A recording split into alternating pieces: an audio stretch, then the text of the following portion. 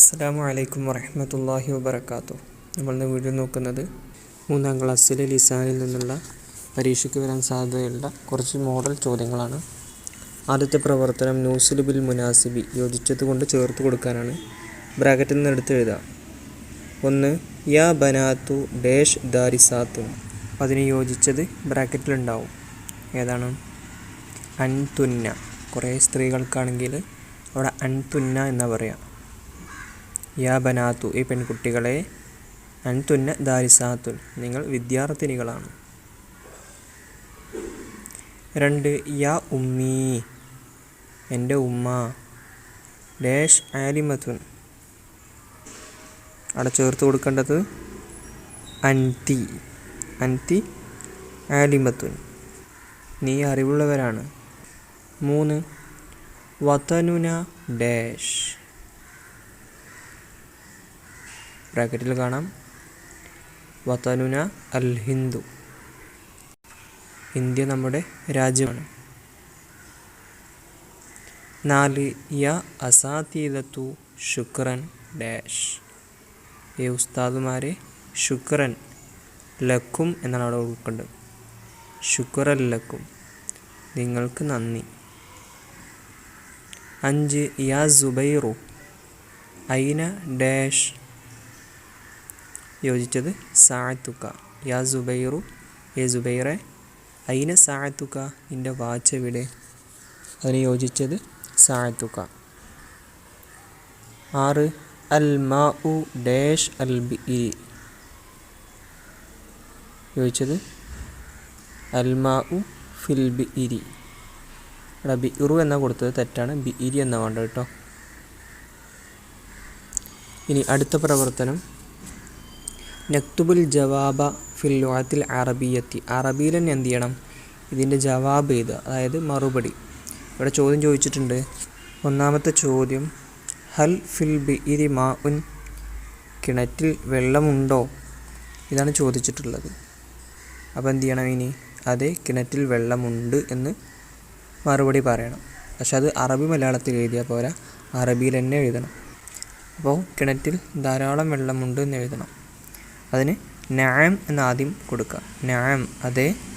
ഫിൽ ബിഇരി മാഉൻ കസീറുൻ, കിണറ്റിൽ ധാരാളം വെള്ളമുണ്ട്.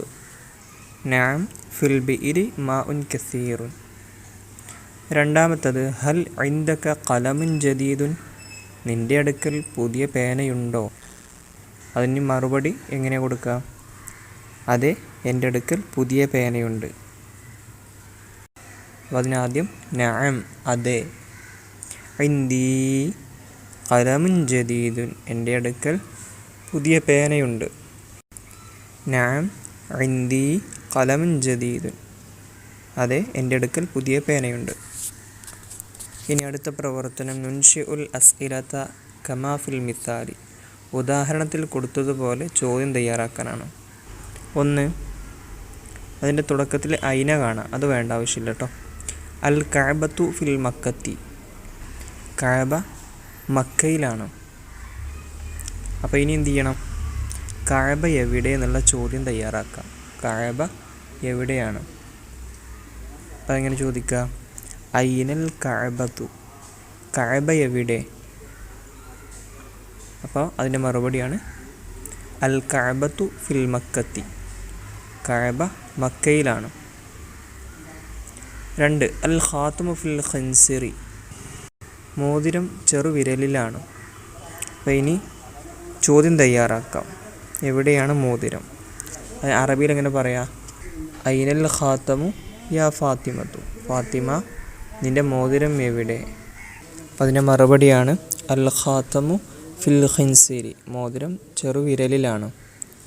ഇനി ചോദ്യം 3 അൽ കിതാബു ഫിൽ ഹഖീബത്തി, പുസ്തകം ബാഗിലാണ്. അപ്പോൾ അതിന് ചോദ്യം തയ്യാറാക്കണം. യാ അജ്മലു ഐനൽ കിതാബു, അജ്മലെ, പുസ്തകം എവിടെ. അപ്പോൾ അതിൻ്റെ മറുപടിയാണ് മൂന്നാമതായിട്ട് കൊടുത്തിട്ടുള്ളത് അൽ കിതാബു ഫിൽ ഹഖീബത്തി, പുസ്തകം ബാഗിലാണ്. ഇനി അടുത്ത പ്രവർത്തനം നുറത്തിബു, തർത്തീബാക്കാനാണ്. അതായത് ഫസ്റ്റ് ഏത് കലിമത്താണ് വരേണ്ടത്, അതിന് ശേഷം ഏതാണ് വരേണ്ടത്, അങ്ങനെ ഓർഡറിൽ എഴുതാനുള്ളതാണ്. 1 ഖലമുൻ വഖിർതാസുൻ ഇൻദദ്ദാരിസി.